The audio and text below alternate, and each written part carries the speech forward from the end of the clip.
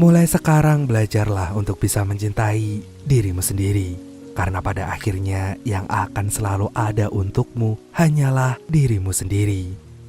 Tetap semangat buat kamu yang lagi berjuang. Selamat nonton dan selamat beristirahat.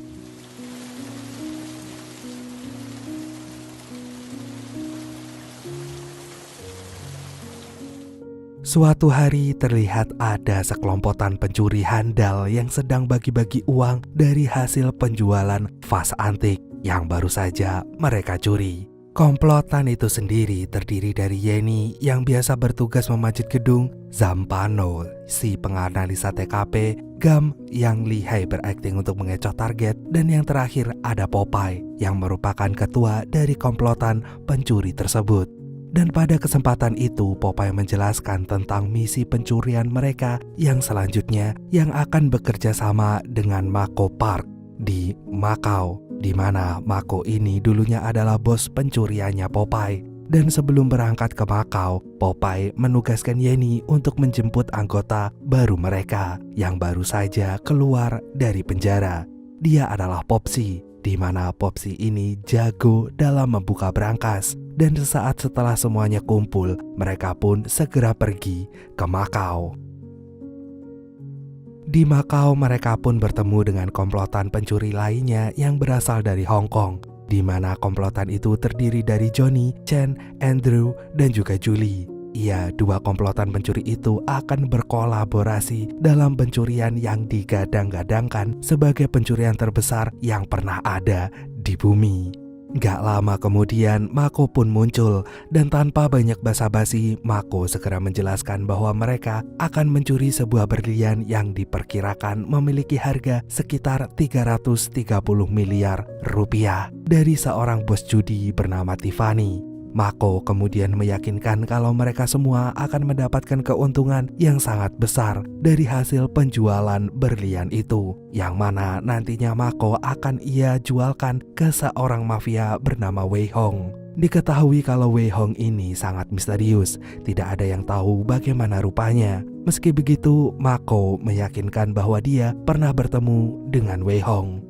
Seusai Mako menjelaskan misi pencuriannya, Popeye dengan cepat mempertemukan tuh bocah dengan Popsi. Dan atas kejadian barusan, Mako langsung ngajak Popeye bicara secara pribadi. Di situ Mako terlihat sangat kesal. Ia lalu menyuruh Popeye untuk memulangkan Popsi ke Korea karena gak ingin suasana menjadi canggung.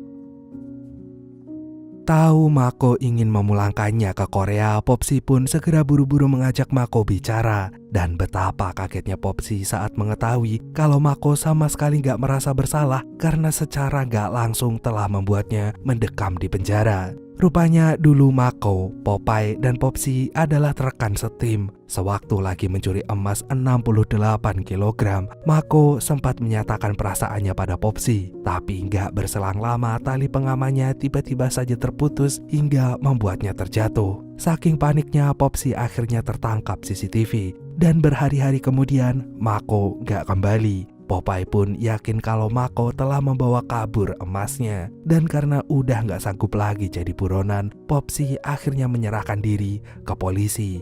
Ia lalu dipenjara selama bertahun-tahun lamanya. Dan kini saat mereka kembali bertemu, Mako sama sekali gak merasa bersalah. Gak ada kata maaf yang keluar dari mulutnya. Melihat itu, Popsi segera mengatakan kalau dia gak akan pernah mundur dari misi pencurian berlian ini, sekalipun Mako telah melarangnya. Keesokan harinya, Mako mempertemukan dua kelompok pencuri itu dengan saudara tirinya Tiffany yang bernama Madame. Ia cerita kalau berlian itu disimpan di berangkas kamar hotel Tiffany di lantai 30, dan kamar itu dijaga dengan keamanan yang sangat ketat.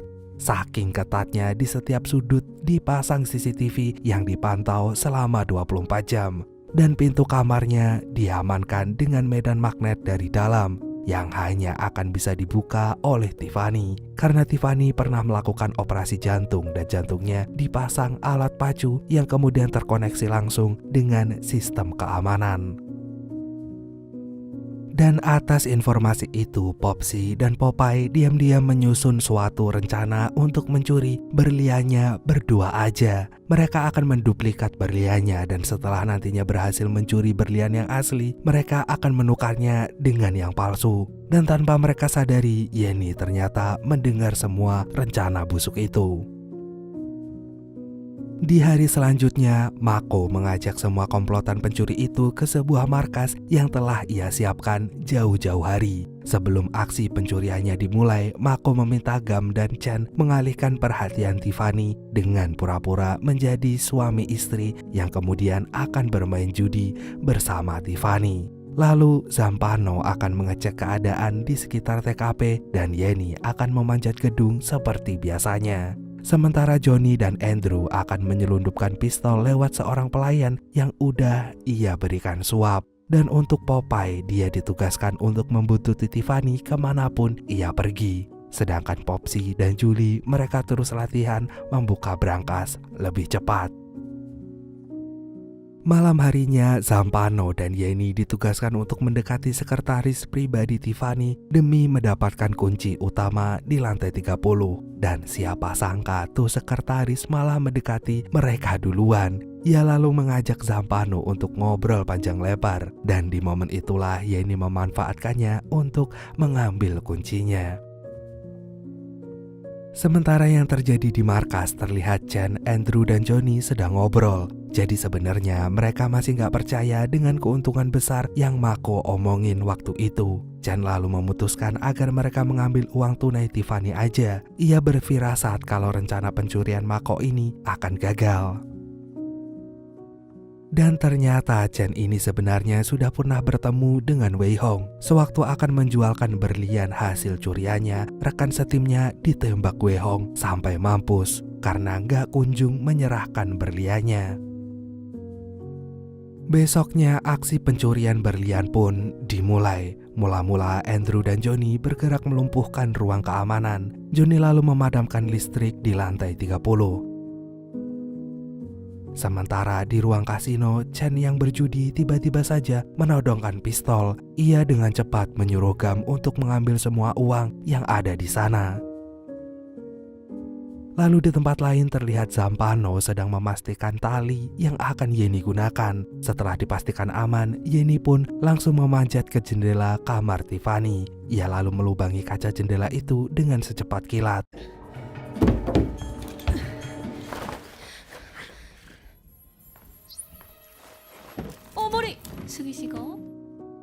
Dan akhirnya Popsy, Popeye, dan Julie pun berhasil masuk ke kamar Tiffany. Mereka pun bergegas membuka brankasnya.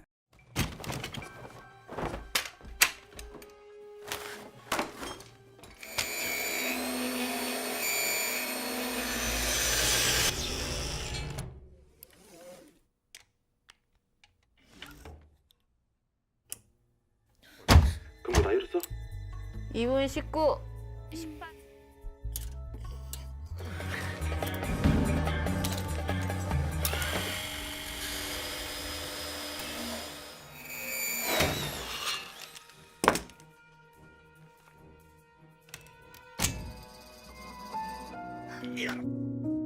Dan betapa kagetnya mereka saat mendapati kenyataan kalau berlian itu ternyata nggak ada di dalam brankas.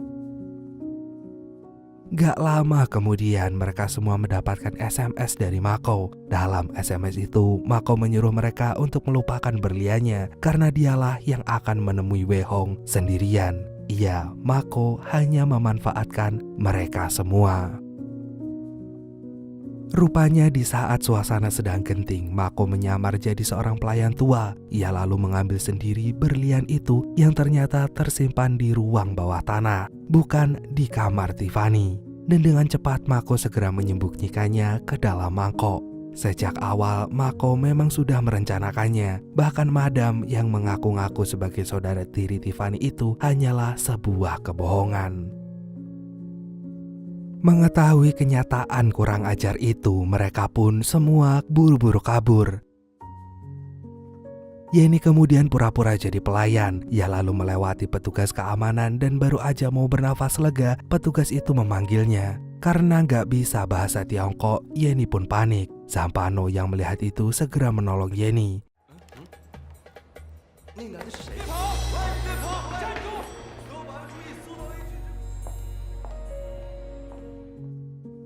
Dan Zampano pun tertangkap. Begitupun yang terjadi dengan Johnny, Andrew, Popeye, Popsy, dan juga Julie. Tapi saat Julie mau ditangkap, dia nggak ada di daftar pencarian. Di situ Popsy bilang kalau Julie bukanlah bagian dari mereka.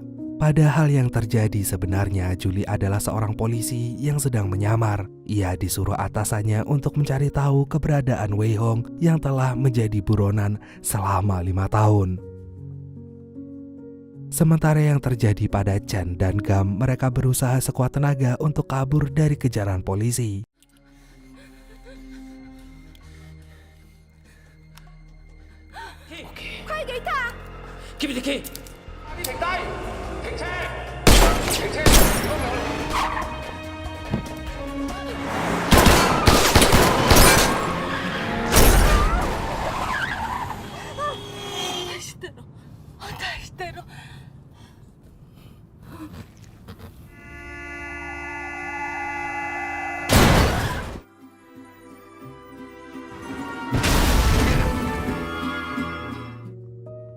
Di sisi lain terlihat Popsy, Popeye, dan Andrew sedang dalam perjalanan menuju kantor polisi dan Mako pun gak sengaja melihatnya.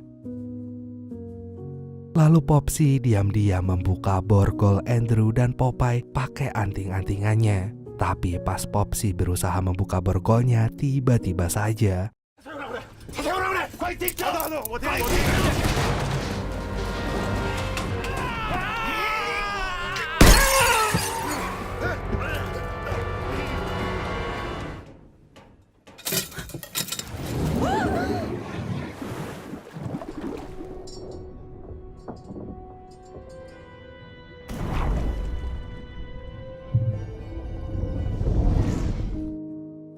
Dan keesokan harinya Popsy tersadar. Ia seketika kaget saat melihat sudah ada gelang yang terpasang di tangannya, di mana ada kunci yang melekat di gelang itu.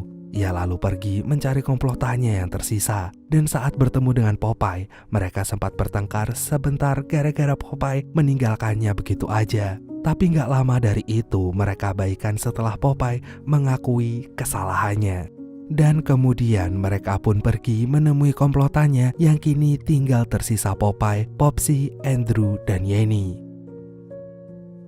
Sementara yang terjadi dengan Mako, ia sedang melepaskan penyamarannya sebagai kakek-kakek dan bersiap pergi ke Busan untuk menemui Wei Hong.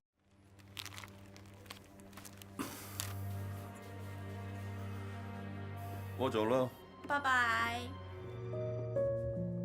Selang beberapa hari kemudian, tim komplotan akhirnya bisa menemukan alamat rumah Madam dari rental mobil. Sesampainya di rumah Madam, tanpa banyak basa-basi, mereka meminta Madam untuk memberitahu keberadaan Mako sekarang. Jika terus-terusan tutup mulut, mereka gak segan-segan akan melenyapkan anjing kesayangan Madam. Mendengar itu dengan terpaksa, Madam pun membeberkan segalanya bahwa Mako sudah ada di Busan. Dan detik itu juga mereka pun langsung pergi ke Busan. Begitu sampai di Busan, mereka segera ke sebuah rumah susun tempat di mana Mako akan bertemu dengan Wei Hong. Sialnya polisi terlihat ada di mana-mana. Mereka lalu menyusun sebuah rencana besar untuk mendapatkan berliannya. Pertama-tama mereka meminta Madam untuk memancing Mako agar memberitahu di mana berliannya berada. Dan nantinya mereka akan memantau obrolan Madam dan Mako itu dari jauh. Lalu Popeye, Popsy, dan Yenny akan pura-pura menjadi tukang benerin lift yang baru aja dirusak oleh Andrew. Dan di saat Popeye menjaga dalam lift, Popsy dan Yenny masuk ke kamar Mako. Dengan cepat mereka menggeledah setiap sudut kamar Mako, dan di tengah pencarian itu Popsy mendadak teringat sesuatu bahwa Mako telah memesan 2 kamar. Dengan sehening mungkin Popsy beranjak pergi ke kamar satunya. Dan benar aja Popsy berhasil menemukan berliannya yang ternyata disembunyikan di lampu gantung. Dan tepat saat itu juga Mako dan Madam bertemu. Tapi bukannya nanyain di mana berliannya, Madam justru mengungkit tentang aksi Mako yang menyelamatkan Popsi yang waktu itu tenggelam di sungai. Madam curiga kalau Mako menaruh hati pada Popsi. Lalu Mako pun menceritakan yang sejujurnya. Meski saat ini dirinya masih mencintai Popsi, itu semua tetap gak ada gunanya. Karena sekarang Popsi sudah sangat membencinya atas kejadian 4 tahun dulu. Sebenarnya waktu itu Mako nggak membawa kabur emas curiannya, tapi karena dia terjebak di selokan dan terluka parah, Mako pun baru bisa keluar 2 minggu kemudian. Dan begitu sampai ke markas, Mako melihat Popsi sedang bermesraan dengan Pepsi. Dan saat itulah Mako menyadari bahwa kabelnya sengaja disabotase oleh Pepsi karena ia cemburu melihat Popsi bersama dirinya. Dan selesai cerita, Mako pun akhirnya sadar kalau Madam telah menyadapnya. Popsi pun yang mengetahui kenyataan itu memutuskan berhenti dari misi pencuriannya. Dan siapa sangka Yeni sudah menunggunya di depan pintu kamar Mako. Yeni lantas menyuruh Popsi untuk membuka pintu kamar itu. Ia sama sekali gak peduli dengan keputusan Popsi yang keluar dari geng komplotan pencuri. Dan sesaat setelah berhasil kabur ke kamar, Yeni pun buru-buru mencari berliannya. Dan dalam sekejap Yeni berhasil menemukannya. Ia lalu menukarnya dengan berlian yang palsu. Dan tanpa banyak basa-basi, Yeni memberitahu Popeye jika ia berhasil menemukan berliannya. Sambil merayu Yeni, Popeye pun meminta Yeni untuk lekas melemparkan berliannya. Dan setelah berliannya dilemparkan, Popeye segera kabur membawa lari berlian itu. Gak lama dari itu, Mako kembali ke rumah susun bersama anak buahnya Wei Hong. Para polisi yang melihatnya pun langsung bersiap-siap karena berpapasan dengan Mako. Popsi berbisik akan menunggu Mako di dermaga. Dan selang beberapa menit kemudian, Wei Hong pun akhirnya muncul. Anak buah Wei Hong kemudian mengecek keaslian berliannya. Pas tahu berliannya ternyata palsu, Wei Hong pun langsung marah besar. Jika Mako tidak segera menunjukkan yang asli, ia nggak akan segan-segan untuk menembak Mako seperti pencuri yang waktu itu mengkhianatinya. Dan ternyata pencuri yang Wei Hong tembak saat itu adalah ayahnya. Iya, Mako nggak sengaja menyaksikan semua itu saat dia bersembunyi di kolong tempat tidurnya. Mengetahui fakta itu, Wei Hong pun menyuruh anak buahnya untuk menembaki Mako.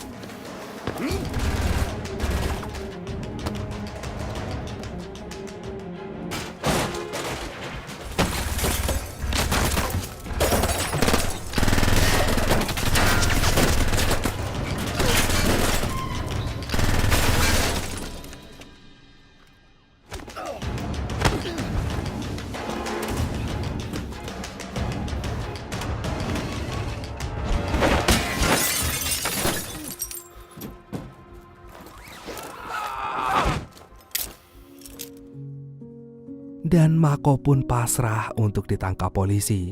Tapi tiba-tiba Wei Hong muncul.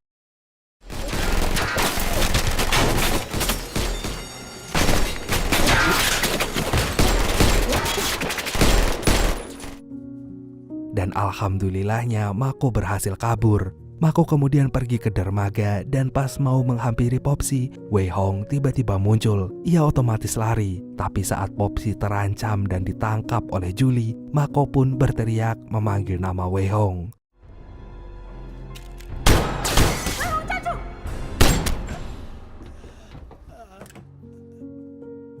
Dan pada akhirnya Wei Hong pun berhasil dilumpuhkan oleh Julie. Di lain tempat terlihat Popeye sedang berlari menghindari kejaran Andrew yang telah mengetahui kalau ia membawa lari berliannya.